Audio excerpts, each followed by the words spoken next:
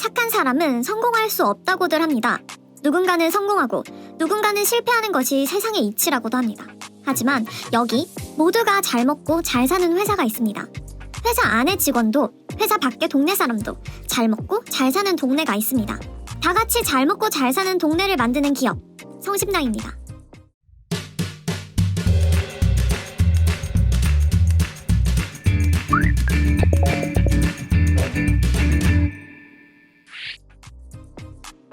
안녕하세요. 오늘 회사는 맛있고 빵빵한 회사입니다. 대전을 대표하고 대한민국 동네 빵집을 대표하는 빵집, 성심당. 이런 분들도 있을 겁니다. 성심당이 뭐요? 먹는 거요? 네, 먹는 곳 맞습니다.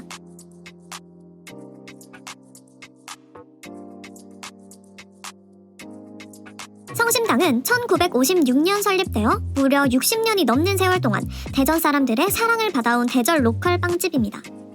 그리고 이런 분들도 있을 겁니다. 회사라며? 웬 빵집? 하지만 성심당은 무려 직원이 400명, 연 매출이 500억 원이 넘는 어엿한 중견기업입니다. 회사 정식 명칭은 주식회사 로쏘. 대전의 동네 빵집이 어떻게 연 매출 500억이 넘는 회사가 될 수 있었을까요?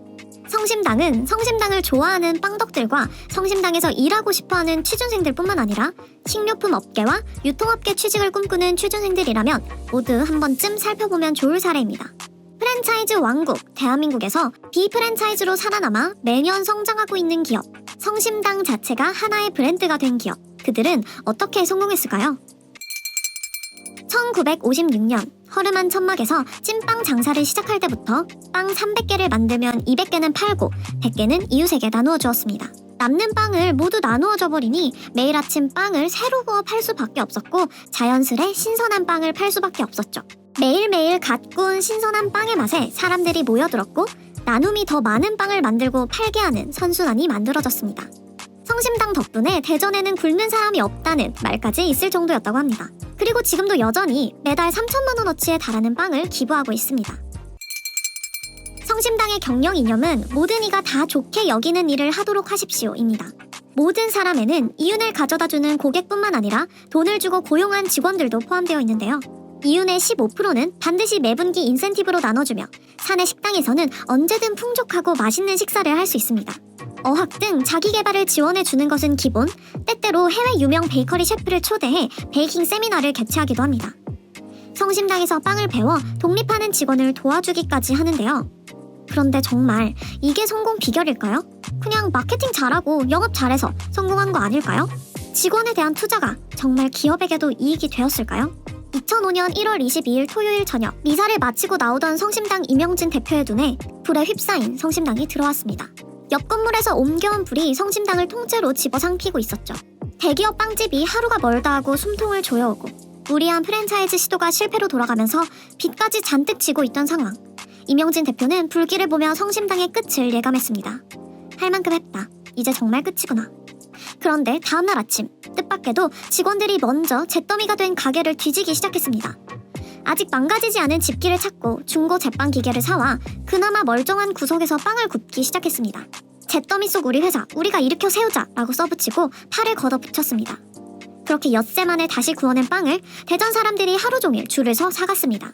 대전에서 성심당이 사라지면 안 된다며 위로하는 손님들도 있습니다. 직원과 사회에 대한 투자가 성심당을 정말로 살려낸 것입니다. 2000년 초반 파사, 뜨사 등 대기업 프랜차이즈 빵집이 등장했을 때 성심당도 겁을 먹고 트렌드를 쫓는데 급급했던 적이 있습니다.